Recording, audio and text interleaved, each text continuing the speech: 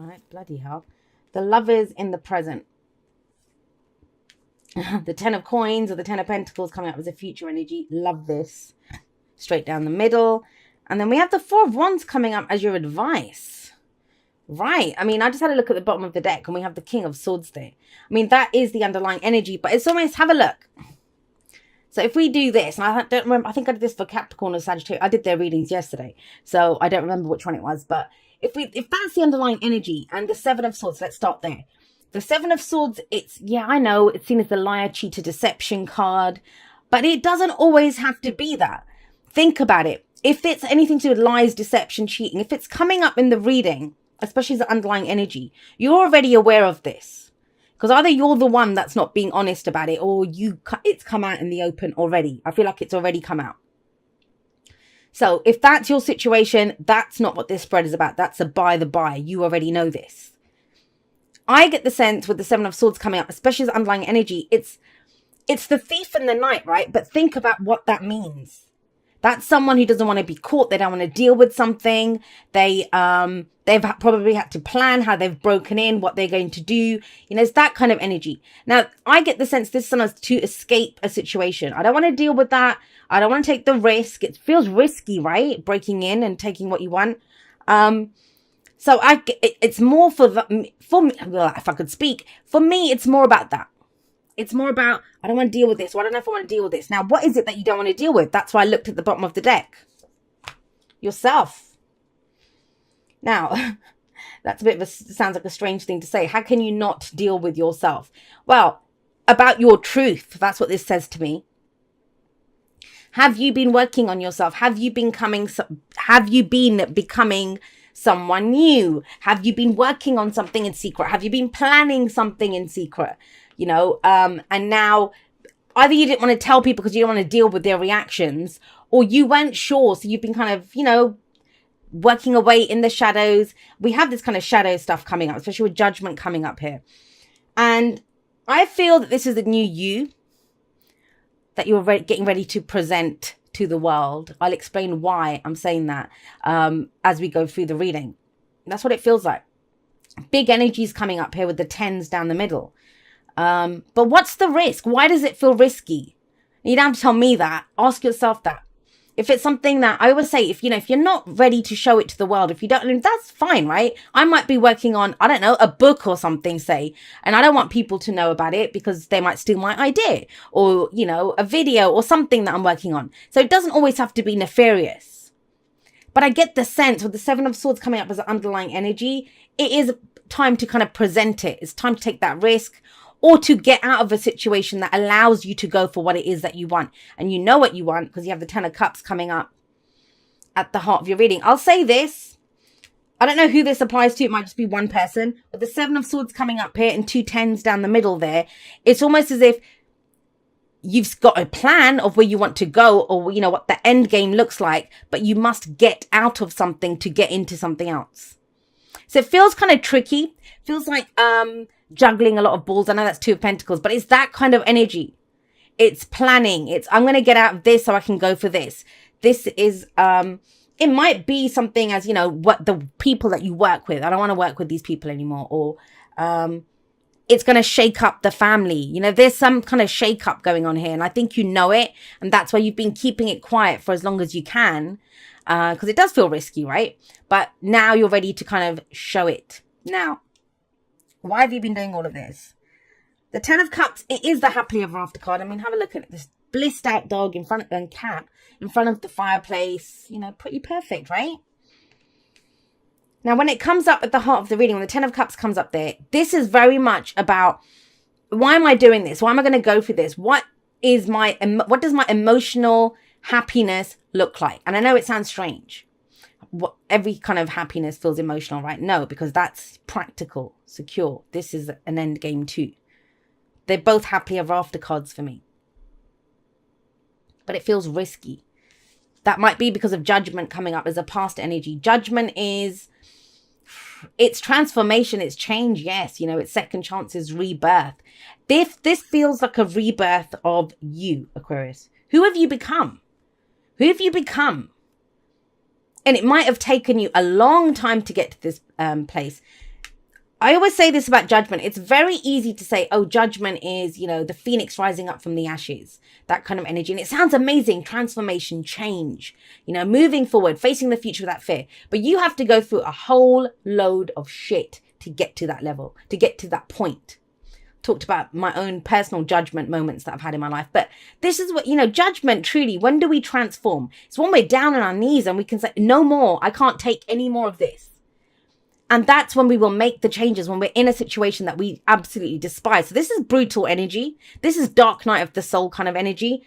But to get out of this, it's almost like we review everything we've gone through, everything we've done to get us to where we are.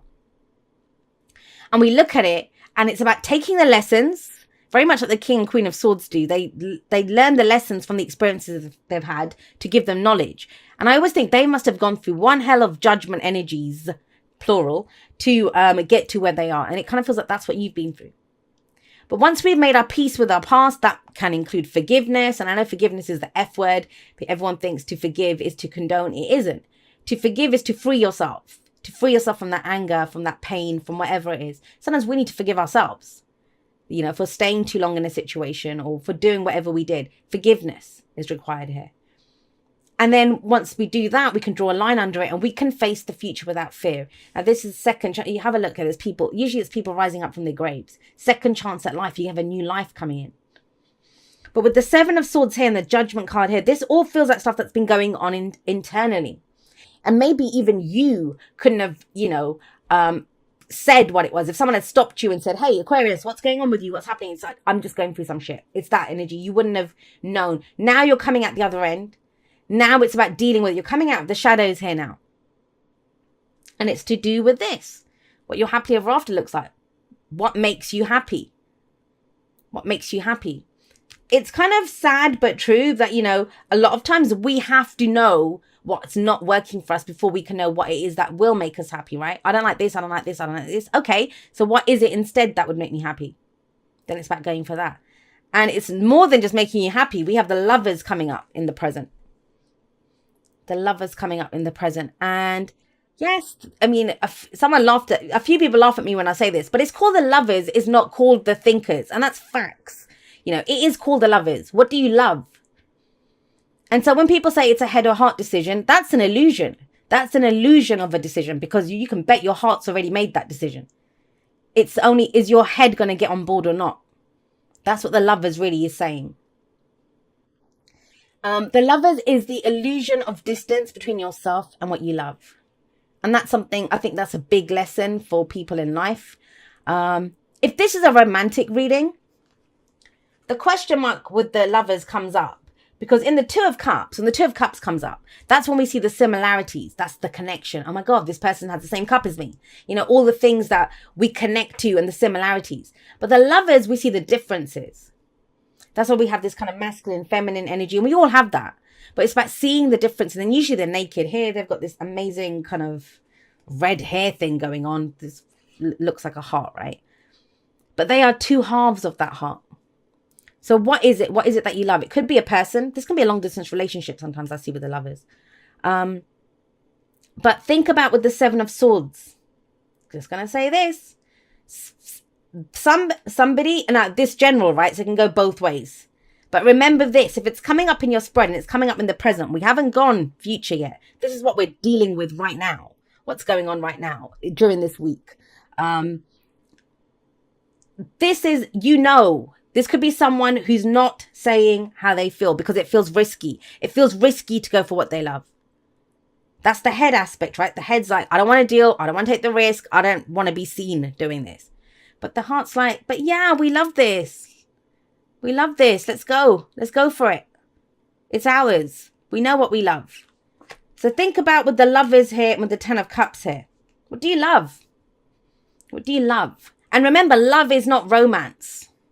I know I said it could be a relationship. It could be. For some of you, it could be. Because have a look. We've got the Ten of Pentacles coming up here. I'm going to get back to that in just a moment. This is another happily ever after card. And remember this. As human beings, we don't really, truly have a happily ever after. We have things, and I've done this a few times. When you've manifested everything on your list, you will enjoy it for about a few months. maybe 6 months, a year if you're lucky. But the way human beings work, we'll have a new list. Where do we grow this? Where do we take this? And that's the energy that's coming through here. And so if the 10 of Cups is, you know, where we're emotionally content, the happily ever after for our emotions, the coins or the pentacles here, this is about what is physically possible here. What's physically possible? If it's a job, like let's just give you a few scenarios of how this energy can play out. So this might be that, you know, you've been doing whatever you've been doing for work. Here you might have been planning a business on the side. Let me do something else. I don't know. You're not sure if it's going to make you money. You're not sure if it's, you know, practically viable for you. And yet you can't forget it because you've changed so much. You've become this new person. Could have been me, you know, when I did, I used to work in corporate and then I became a full-time tarot reader. That's very different. It's that kind of energy. That kind of energy. But what kind of propels this is, but this is what makes me happy. This doesn't make me happy. I don't want to do that job because it doesn't make me happy. I have a new idea of what would make me happy. Working for myself, being a tarot card reader, a musician, whatever it is. That's very different. And here you can't avoid this anymore. You can't avoid the fact that your heart wants it. So what do you do when you embrace that, when you accept that? You think, well, okay, let me go build it. This is my legacy. This is what I want to be known for. Let me start that YouTube channel. Let me go learn that instrument. Let me go put the deposit on that unit to start my business. Let me set up the website. This is what the 10 of Pentacles is. This is my long-term security and stability. I'm going to start with it now. Now, if it's a romantic reading, someone's been trying to dodge that love bullet for a while. That's what it feels like with the 7 of Swords. Why? Because of this. Because you went through all that crap before. I don't want to go through this. I actually said this to someone once. When I had got over my last breakup and I was talking to a friend and she said to me, okay, well, then, you know, you're going to start dating again or you're going to, and I was like, no, I just got out of rehab. I just got clean. I'm not looking to get, you know, it's that kind of energy. So we can do that sometimes. I don't want to take the risk. Love doesn't need permission to come in.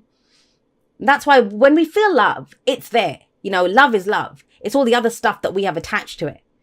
But I might get hurt, or this might happen, or that might happen.